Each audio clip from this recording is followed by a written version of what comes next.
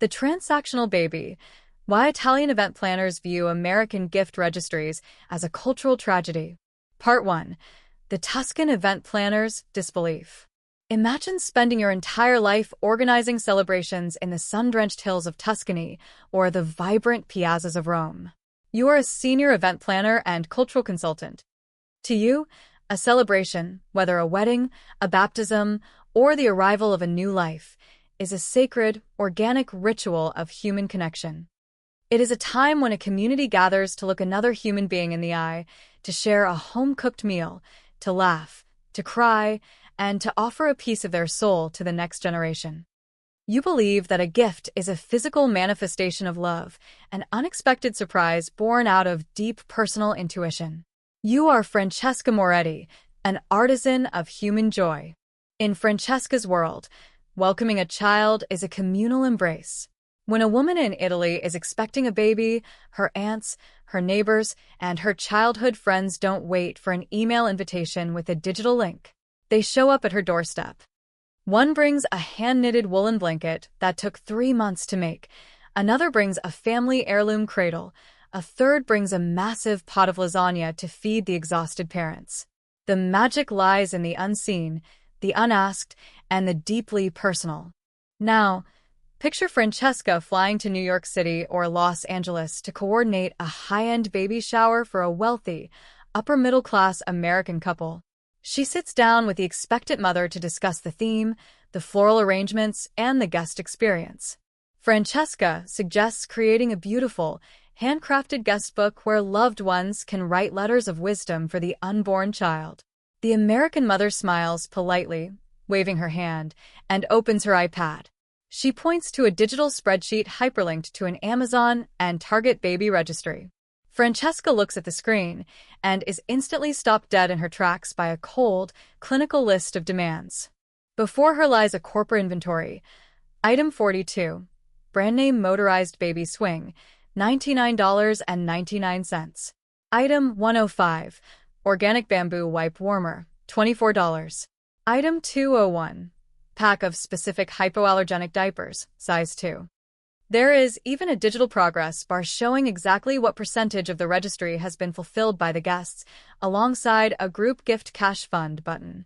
The Italian event planner sat in that corporate penthouse, her mind completely paralyzed by the sheer, calculated coldness of what she was witnessing. She went public on international hospitality forums, publishing a devastating critique of the American celebration culture that sparked a massive, emotional debate between traditionalists and modern consumers. Francesca wrote, "I have curated human gatherings for 30 years. What I am seeing in the United States is not a celebration of life. It is a corporate supply chain optimization project dressed up in pink and blue balloons. You have turned the sacred arrival of a child into a retail transaction. You are treating your friends and family not as loved ones, but as unpaid inventory suppliers for your nursery. Why has the world's most prosperous nation normalized a culture where the beauty of a human gift is reduced to a barcode verification?" This devastating critique strikes directly at a deep, unspoken emotional void within the American social fabric. It forces us to look past our pastel decorations and confront a terrifying reality. How did the American dream allow our most intimate family milestones to be hijacked by a digital invoice? Part 2. The Global Observation, the Nation of the PR-ordered Relationship. When Francesca's critique went viral across international hospitality networks, sociology blogs, and cultural forums, it triggered an avalanche of international commentary. Planners, cultural anthropologists, and citizens from Europe, Latin America, and Asia looked at the mechanism of the American gift registry, and their collective reaction was one of profound confusion, amusement, and deep psychological horror. To the rest of the world, the American model of gift-giving is viewed as an absolute emotional pathology.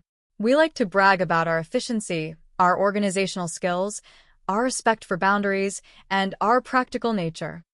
But the moment a foreigner looks at the actual emotional mechanics behind an American invitation, the illusion completely shatters. They realize that the American lifestyle has successfully commercialized the human heart. Let's look at how citizens from Southern Europe and Latin America responded to the debate. In cultures where the extended family is the bedrock of survival, a gift registry is viewed as an insult to the intelligence and love of the guest. A Spanish event director commented, "In Spain, if you send someone a list of specific retail items and tell them, choose from this or give us cash, you're basically telling them that you do not trust their taste, you do not value their effort, and you only want their money." It strips away the poetry of the relationship. It transforms an act of love into a mandated tax for attending a party. We would be deeply ashamed to hand our friends a shopping list. Then came the commentary from Asia. Professionals from Japan and South Korea, societies where gift-giving is governed by ancient, highly complex systems of mutual respect and social harmony, looked at the American reliance on digital barcodes. A Japanese cultural analyst noted, in Japan, the art of the gift, omiyage or otoshidama, is about reading the unexpressed air. You spend days thinking about what the other person needs, balancing tradition, aesthetics, and humility. When I saw an American baby registry, I felt like I was looking at a corporate purchase order for a warehouse. It eliminates the vulnerability of giving. The recipient faces zero surprise, and the giver exercises zero imagination. It is a relationship automated by algorithms. But the most heartbreaking critique came from community elders in Ireland and Greece. An Irish grandmother wrote, "A baby shower in America looks beautiful on Instagram, but it feels spiritually dead. When you tell a grandmother that she cannot bring her own chosen gift because it isn't on the registry, you are discarding generational wisdom. You are telling the village that their love is invalid unless it matches a corporate SKU number. You are raising your children in a world where everything, even welcome to the world affection, is pre-ordered and sanitized." This global consensus is a devastating mirror for the American identity. The international community doesn't look at our baby registries as a sign of smart planning. They look at it as a tragic cultural flaw that systematically isolates the individual, bankrupts the mystery of human interaction, and replaces communal intimacy with corporate retail logistics. Part 3. The Deep Dive, the Anatomy of the Transactional Trap. How did the American celebration become so completely hostile to the raw, unpredictable nature of human love? Why are our friendships governed by digital barcodes and cash funds? Where did this extreme emotional alienation come from? The answer is not that Americans are naturally greedy or that they hate surprises. The engineered transactional nature of the United States is driven by a highly rigid, artificial lifestyle known as hyper-individualistic domesticity, the cultural obsession with the efficiency illusion, and the predatory design of the corporate baby industrial complex. Let us break down the emotional tragedy of hyper-individualistic domesticity. In modern America, the traditional village, the network of grandmothers, aunts, and neighbors who live down the street and naturally support a new mother, has been completely dismantled. Americans live in isolated suburban nuclear fortresses or solitary urban apartments, thousands of miles away from their roots. Because they have no organic village to help them, the transition into parenthood feels like a terrifying, high-stakes military operation. The American parents feel that they must acquire every single mechanical gadget, the wipe warmers, the smart bassinet, the high-tech breast pumps, to survive the isolation. They view the baby shower not as a poetic ritual to welcome a soul, but as a capital acquisition event to fund their domestic survival. The guests are transformed from a spiritual community into a network of micro-investors. This brings us to the second massive driver of this isolation, the efficiency illusion. The American mind is deeply conditioned by corporate capitalism to value efficiency above all else. The cultural narrative screams, "Don't waste time." Registries prevent duplicate gifts. It saves the guest the hassle of returning items. It guarantees the parents get exactly what they need. To an Italian engineer of human emotion, this is an absolute tragedy. When you eliminate the hassle of gift-giving, you also eliminate the emotional labor that builds human intimacy. The friction of going to a store, thinking about your friend, worrying if they will like it, wrapping it with your own hands, that friction is precisely where love resides. By automating the process to make it efficient, America has successfully removed the human element from human relationships. You don't get a gift, you get a parcel delivery. The third factor is the predatory manipulation of the corporate baby industrial complex. Giant American retailers realized decades ago that if they could gamify the anxiety of expecting parents, they could unlock billions of dollars in revenue. They invented the digital registry scanner, turning the preparation for a baby into a dopamine-fueled shopping spree. They tell young mothers through target-marketed social media algorithms that if they don't have a specific $400 stroller or an organic, imported diaper pail, they are failing as parents. The registry is not created by the mother's genuine needs. It is engineered by corporate marketing departments that use the baby shower as a Trojan horse to force friends and family to pay for hyperinflated, unnecessary consumer goods. Part 4. The culture of the verified account. To understand why this broken framework survives without a massive social rebellion, we have to analyze the deep, generational deformation of the American mind. We have raised generations of citizens whose entire perception of community, validity, and appreciation is filtered exclusively through a transactional lens. Americans have developed a profound, unconscious psychological condition where a relationship is only valid if it provides a measurable, predictable return on investment. The average American cannot conceptualize a social interaction that involves emotional vulnerability or social debt. This condition has completely warped our social fabric, transforming us into a society that views unscripted human behavior not as a beautiful surprise, but as an annoying risk.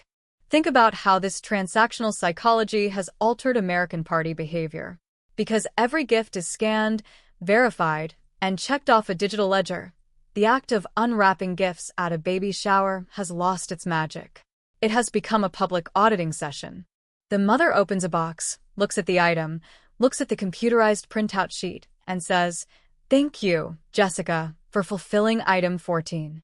Jessica sits in the audience, feeling a cold sense of relief that she checked the box correctly, rather than the warm joy of having touched someone's heart. In an Italian piazza, a celebration is chaotic, unpredictable, and loud. Gifts are opened with dramatic gasps. Some are eccentric, some are sentimental, some are beautifully useless, but all of them carry the unique personality of the giver. This environment breeds deep social tolerance, laughter, and a shared sense of community identity. In the American baby shower, that shared reality is completely erased. Your invitation arrives with financial terms and conditions attached. The guest is placed in a state of performance anxiety. If I buy something not on the list, will she think I'm rude? Will it be rejected? Will it sit in a closet? This environment breeds a chronic, underlying state of social paranoia, emotional detachment, and profound isolation. We return from these perfectly curated, sterile events, check our digital bank accounts, and realize we have spent $100 to fulfill a corporate mandate, wondering why our friendships feel increasingly hollow, transactional, and disconnected. Part 5. The cognitive dissonance of the gift card economy. To maintain this highly profitable system of automated relationships, corporate algorithms and lifestyle influencers have successfully manufactured a massive, manipulative psychological defense mechanism within the American public. They call it respecting people's choices. Every time a cultural critic suggests that gift registries are cold, commercial, or impolite, the American public reacts with immediate, defensive hostility. They yell, "You are being unrealistic. Babies are expensive. Registries are practical. It is disrespectful to force parents to deal with items they don't want or have space for. America is about practicality and freedom." This is the ultimate American cognitive dissonance. The public has been completely gaslit into mistaking the outsourcing of love for personal freedom. Let's look at the absolute absurdity of this argument. If you live in a society where welcoming a new child requires your friends to enter a retail contract just so you don't fall into financial distress, that is not a cultural celebration. That is a systemic failure of community care. True practical support is a village that shows up to cook for you, clean for you, and pass down clothes through generations. The American system offers zero choice. It offers an ultimatum: follow the digital script or face social awkwardness. The most tragic manifestation of this cognitive dissonance is what hospitality experts call the gift card economy. Think about what happens at the end of an American baby shower. When the registry isn't fully cleared, the guests simply resort to buying corporate gift cards or contributing to a Venmo cash fund. And what do the parents do with that money? They sit alone in their suburban homes, staring at their computers, ordering the remaining plastic items to be delivered by an anonymous Amazon courier driver. They have traded the vibrant, messy, soul-stirring joy of a community gathering for a sterile financial transfer. They sit in a nursery filled with perfectly curated, clinically verified corporate goods, staring at their newborn child, wondering why they feel an overwhelming sense of postpartum loneliness despite having a house full of expensive gadgets. They have outsourced the village to Amazon, and they're left with nothing but the cardboard boxes. Part 6. The Planner's Final Verdict. When we look back at the profound disbelief of Francesca Moretti, standing in a luxury Manhattan penthouse, watching an expectant mother audit a digital spreadsheet of baby items rather than celebrating the spiritual mystery of new life, we have to realize that this is not a practical debate about consumer convenience. This is a moral diagnosis of how we design our human bonds. A society's celebratory rituals dictate its emotional health, its communal strength, and its human capacity. If we choose to design our milestones as hyper-efficient, transactional retail exchanges designed to eliminate human friction while forcing our loved ones into the role of corporate suppliers, then we have built a society that is structurally hostile to the human soul. The modern American baby shower is performing exactly how it was engineered to perform by the consumerist logics of the 20th century. It has successfully turned the arrival of a human child into a massive extraction mechanism for mega retailers. It has successfully isolated our mothers, stressed our friends, and turned our most sacred moments into exercises in administrative optimization. It is time for an absolute cultural reimagining. It is time for American parents, friends, and families to look past the illusion of the color-coordinated registry, look past the corporate targeted ads, and demand a complete return to organic human celebration. We must refuse the normalization of the digital purchase order invitation. We must demand a culture where closeness is built through vulnerability, not through verification. We must fight for celebrations that belong to the human heart, where a grandmother can bring an unrequested family heirloom, a neighbor can bring a hot meal, and a friend can gift a piece of their own story without a corporate barcode protecting them from intimacy. The rest of the world is looking at our digital registries not with admiration for our organization, but with absolute bewilderment and profound sadness. They see our beautiful homes, our perfect gadgets, and the deep, silent loneliness of our automated lives. It is time to break the chains of transactional relationships. It is time to throw out the corporate shopping lists, tear down the digital spreadsheets, and give American families back their right to surprise, to connect, and to love free in a world built for human souls. Stop funding corporate inventories. Build a home for humanity.